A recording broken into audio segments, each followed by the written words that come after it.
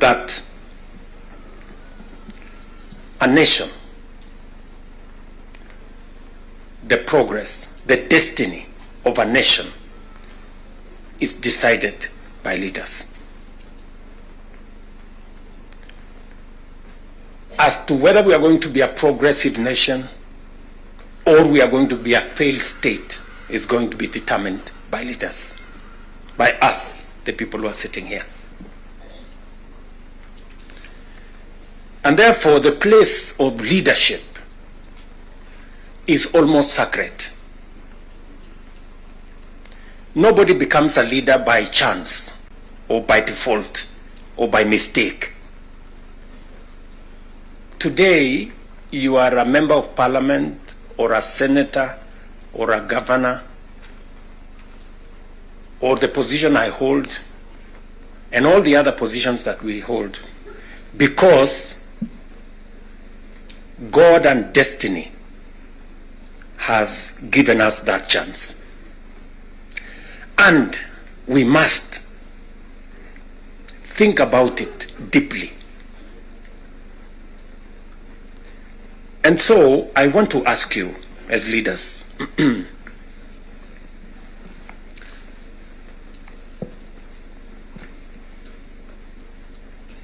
the Honorable Prime Minister has given us a history of countries.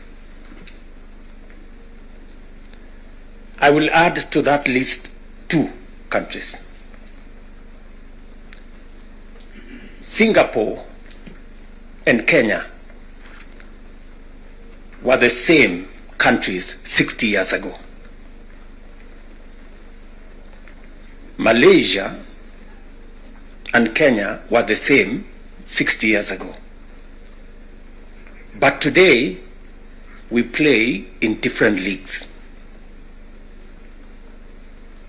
They have managed to progress to the first world. We are still where we are. The difference between what Singapore has become and what we are is leadership.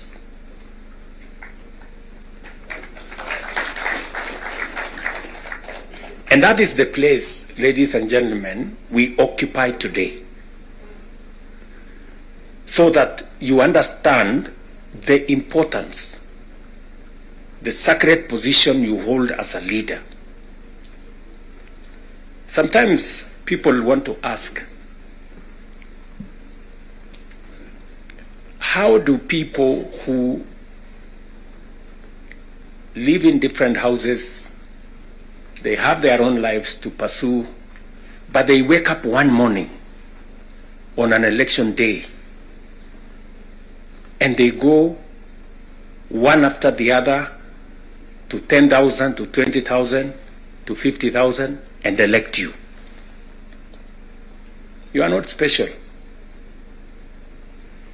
But it is a moment that God has given us as leaders. And therefore, we must do whatever we are doing, knowing very well that we have a heavy, almost sacred responsibility to the people we lead and to the nation of Kenya.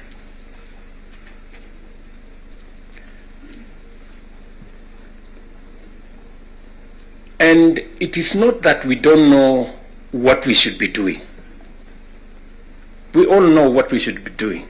It is not that we have shortage of ideas. It is not that we have shortage of what we need to do. In fact, I dare say we have some of the very best ideas. We have very good manifestos all the time. And in fact, if you look at, and I keep referring to this, if you look at the manifesto of Kenya Kwanza and the manifesto of Azimio, the difference is hardly 20-30%, 70%. We share what we think should be fixed in Kenya. But politics somehow has taken our country hostage that we cannot do what we all know we should do.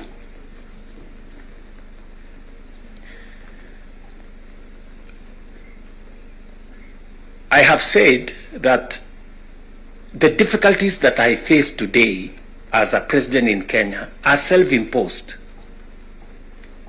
You know, I imposed on myself all these difficulties. Implementing the new funding model, implementing SHA, implementing housing, doing all those things. If I hadn't done any of those, I would be a very popular person, and but the country would not have moved anywhere. I am confident that if Raila had become president, he would be doing what I'm doing. Yes. He would be implementing SHA. He would be implementing housing. He would be doing reform in the education. He would be doing reform in agriculture. I know that for a fact, because I have been in his school of leadership. That's the correct position. And he would be as unpopular or as he'd be having the same difficulties that I have today. But these are necessary for Kenya to change. Friends, we cannot change the country otherwise. And that is why he has the courage to stand here and tell you, let us stop the extortion. Yes. Very few leaders can stand here and tell you to stop the extortion that is going on in Parliament. I'm telling you the truth. Very few leaders. Because we like making peace with mediocrity. Oh, and they're trying to explain things that we shouldn't be explaining. Now let me ask you, friends, we are all friends here. Yeah, we are one team, or so I guess. This fellow who is called chairman of welfare in committees, what is their job? What is their job? Extortion, that's it. And that is what Prime Minister is saying. You know? You know, what is Sokohuru? What is Sokohuru? Tell me, what is, you know Sokohuru?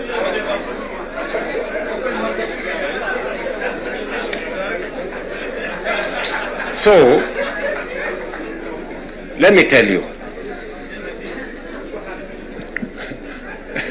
No, you see, and this is the same problem that we face.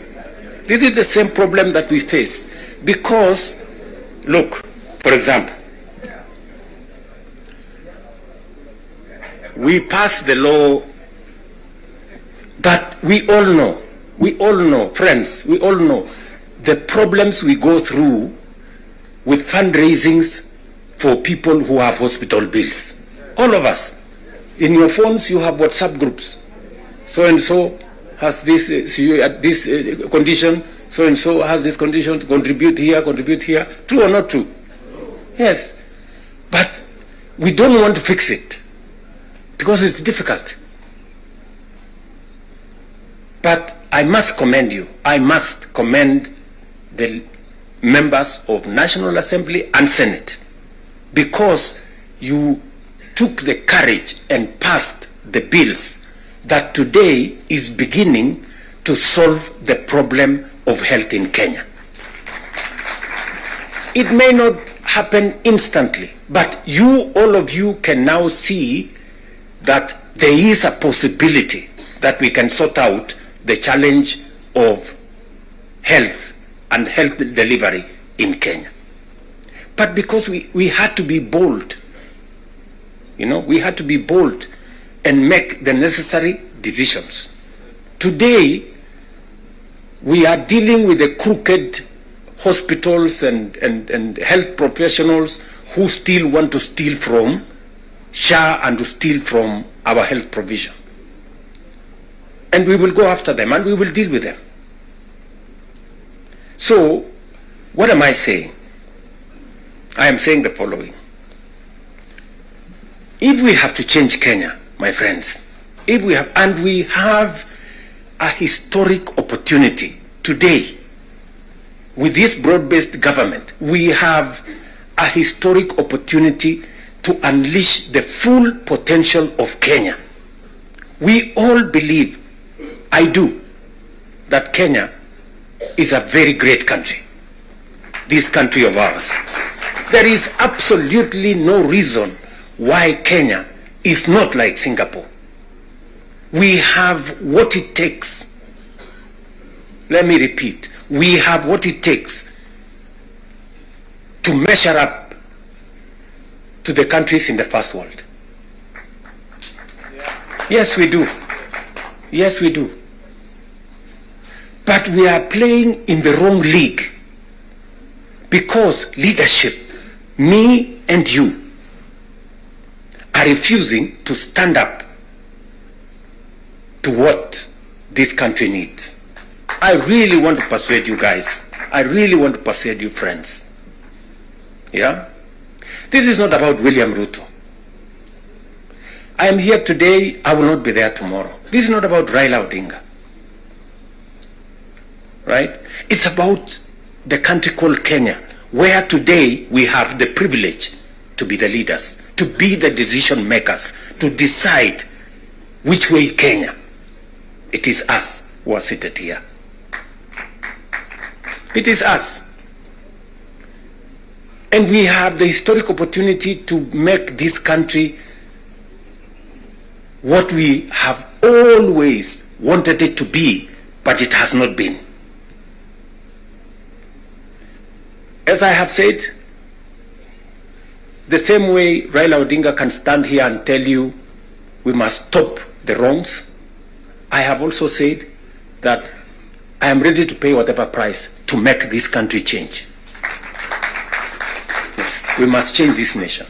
And we can do it. Look,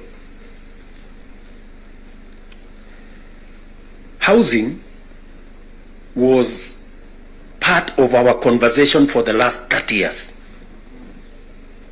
Yes, we've always talked about housing and how important it is and how it is going to create jobs, how it is going to stop land fragmentation, how it's going to allow us to produce, to save land that is meant for food, how we are going to have decent housing, how we are going to reduce on slums, how we are going to have decent livelihoods.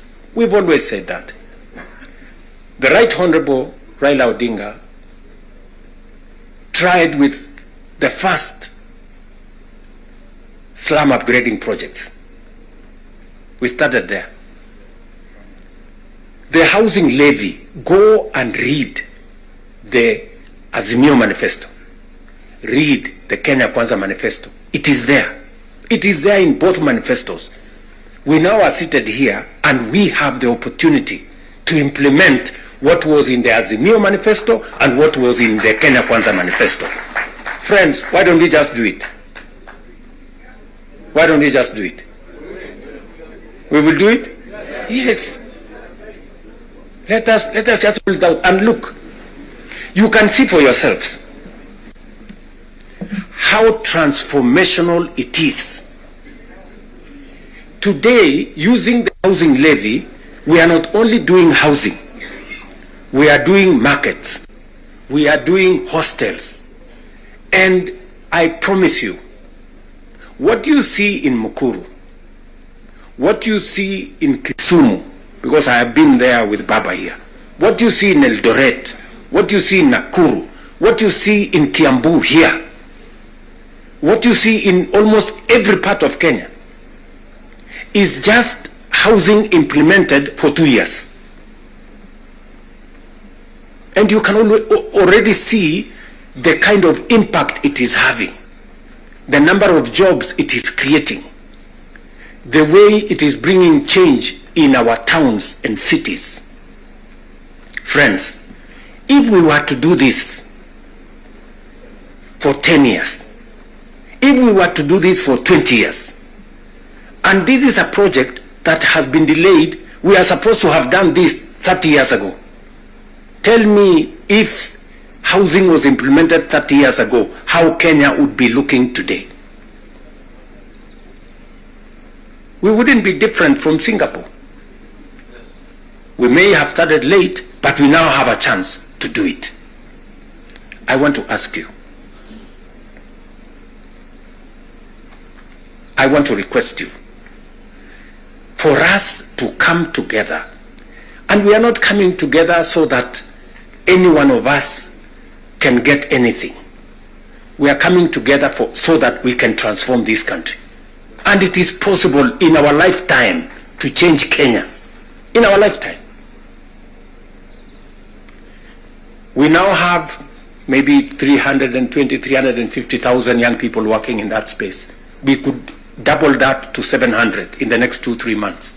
We could scale up that to 1 million by next year. And we can energize the transformation of our country. That is why we are sitting here. That is why Baba and I have called this PG.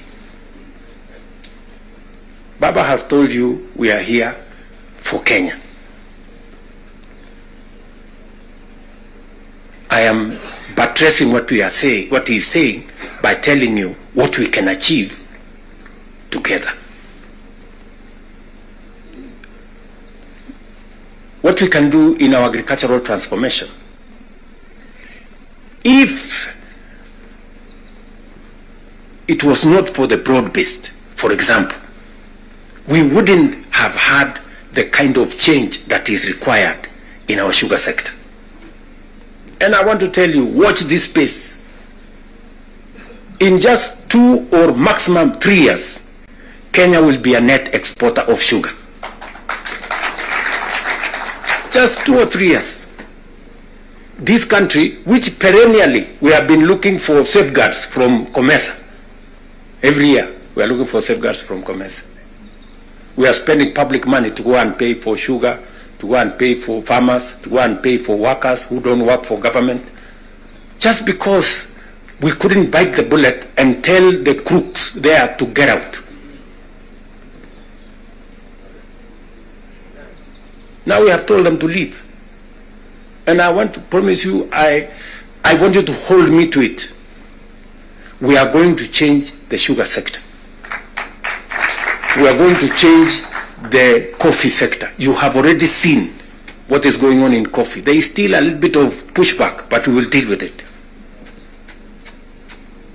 And on and on and on, and we can transform our whole agricultural sector. Just the little interventions that we have done standing together. You people in Parliament making sure that we are subsidizing production. And I must commend, Parliament has always provided money for us to support the production of the country, either through fertilizer or seeds or other interventions when we have brought it to Parliament. So you're part of the making of the history of our nation. Just imagine we have reduced the imports of maize, for example, by 70%. Reduce the imports of sugar by 70%. And we can make that progress if we are focused on where we want to go. And that is the reason why we have to make the decisions that we have made work. It is the reason why Baba and I have appointed Agnes Zani and her team, so that what brought us together, we don't forget. The 10-point agenda that we have signed buttresses what is actually in our manifestos. The NADCO report, we all know what it is supposed to achieve. And if we stand together, we can achieve all the legislation that is recommended by the NADCO report. Parliament has what it takes, to do this. For Kenya, we can do it. And I want to persuade this PG to work with us and for all of us to be committed to this exercise. protecting devolution, there is need for us as a nation to distinguish between governance and devolution. The governor is not devolution. The governor is a person. You know, devolution is about the people. It is not about the governor. And we can deal with the governor without disrupting devolution, if there is need to. But this, what is sacrosanct, what is constitutional, is that we must get local people, development, to be at a local level as much as is practically possible. I agree with the Right Honorable Raila Odinga, because I was in Parliament when NGCDF was passed. And the principle was right, because there wasn't any meaningful resources getting to the grassroots. And the big push for devolution in the constitution-making process was three principles: making sure that resources get to the grassroots, making sure that there is representation at the grassroots, and making sure that accountability is also at the grassroots. So we need a conversation. You know, there are legitimate concerns on how resources are being spent at the counties. There is. We cannot also run away. There is legitimate concern. Let me ask, for example, the latest Sokohuru in the Senate.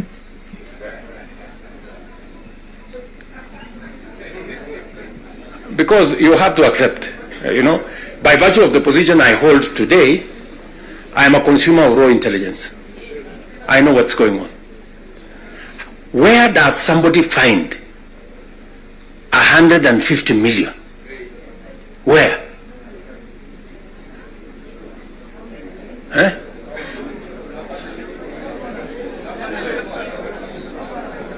Is that his money?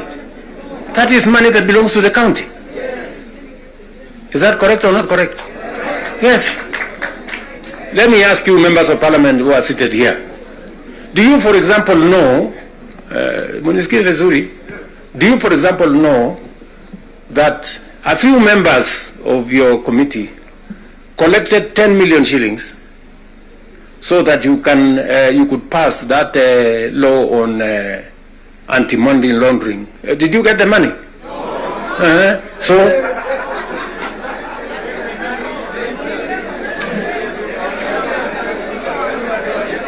So,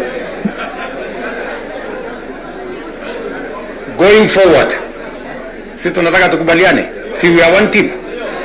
Yes, there are people who are destroying the credibility of Parliament. And they are collecting money in the name of Parliament. And some of the time, or most of the time, that money never gets to Parliament, it gets to a few people. We are not going to shame them. We are going to arrest them. Yes.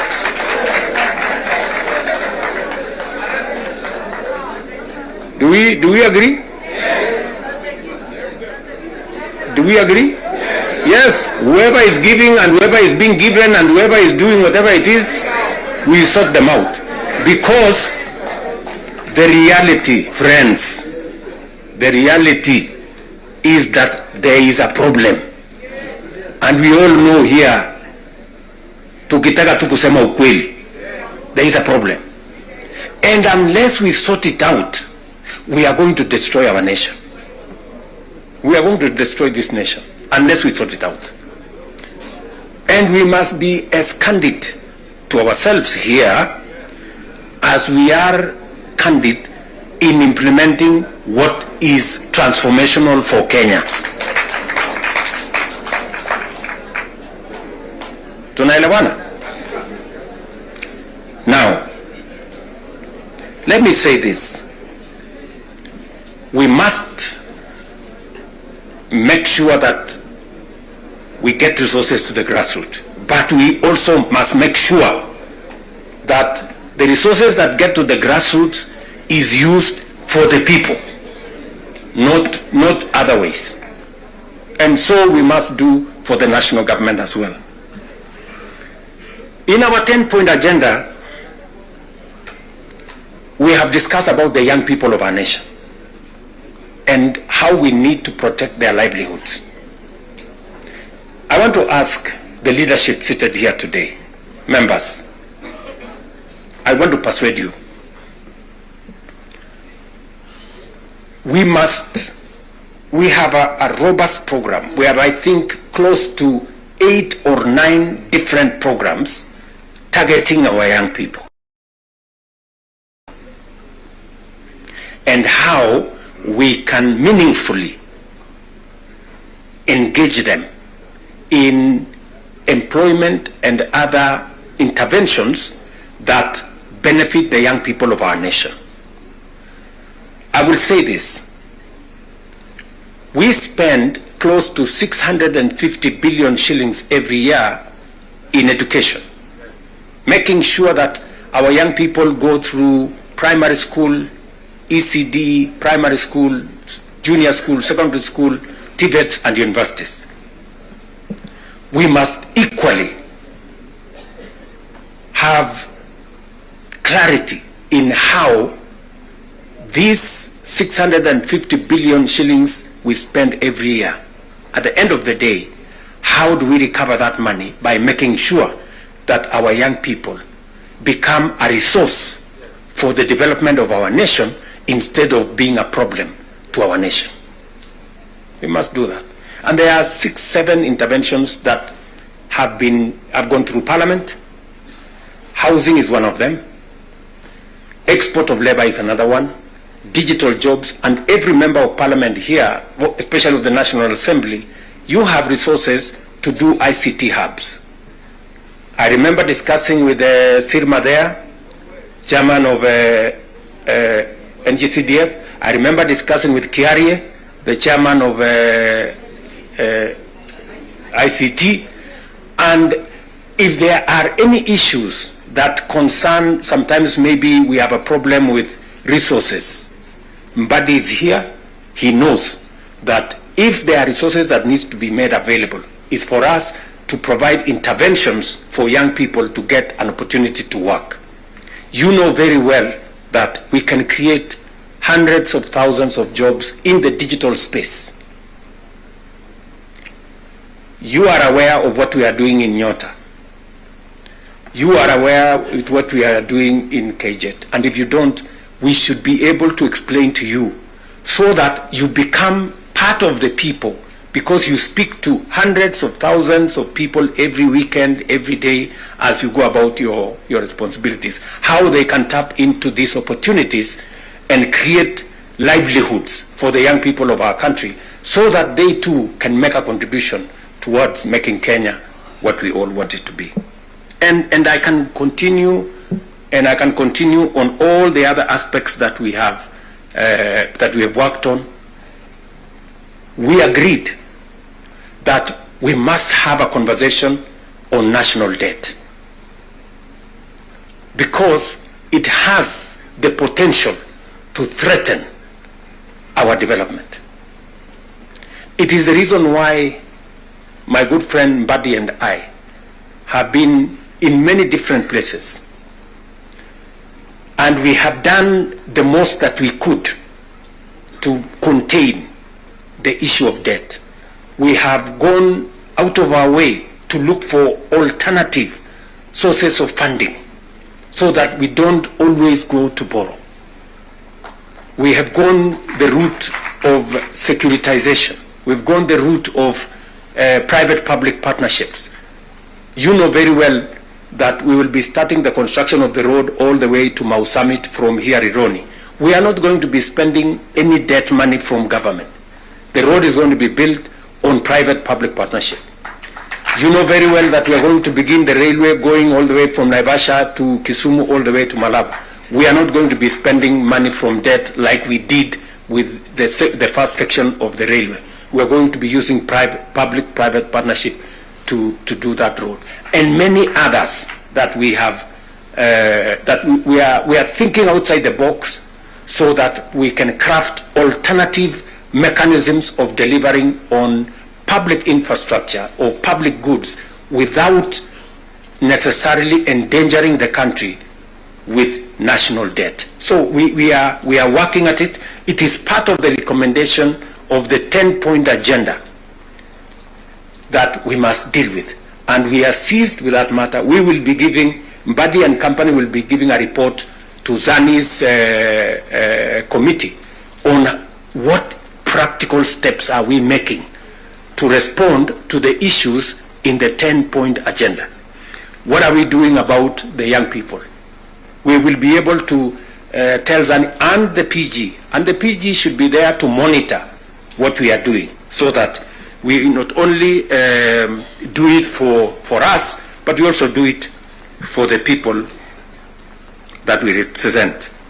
And finally, because I do not want to belabor the point, I said we have a historic opportunity. It is not always that protagonists come together to look at the greater interests of the country. But God has given us this opportunity. And I must commend Baba here, because very few leaders have the courage and the mettle to withstand criticism and stand for the nation. Very few people. Very few people. Many people look for what is convenient, what is popular, even if it is wrong, and they want to pander to it. But when a nation's destiny is at stake, you need statesmen, you need people who have the courage to put Kenya first and everything else secondary. So, what am I saying in conclusion? I am saying Zani and team have a job to do. They will be briefing Right Honorable Raila Odinga and myself on what needs to be done. We will be able then to guide what will be happening, what the executive need to do, what the legislature, the role the legislature need to play, and the role others may need to play.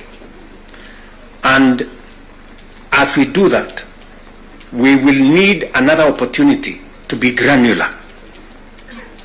Today was the first occasion for us to deal with this. But down the road, we need to bring the members of the executive, at least the ministers, to come so that we can have a meeting of minds between the executive and the legislature on matters that are of national importance. Further down the road, we may need that engagement. Maybe not in a sitting like this. Maybe we can organize a retreat for 2 or 3 days so that the questions I see members of parliament asking on some of the programs, we can fully understand the import of the programs we are running, what they are meant to achieve, the transformation that is supposed to happen, and how we position ourselves to make sure that we provide the push necessary for that transformation to happen. Again, focusing on the greater picture, the bigger picture of our nation. So, ladies and gentlemen, I want to say thank you very much for coming for this session. I know we will listen to you by way of feedback on some of the things that you want us to respond to. We are here because we are one team and we want to succeed together. And we want to make sure that none of us is left behind. Are we together? So, mimi nimesema asante sana. If there are any questions directed to me, I will be willing and ready to answer. If there are some directed to any one of us here, we will be able to answer.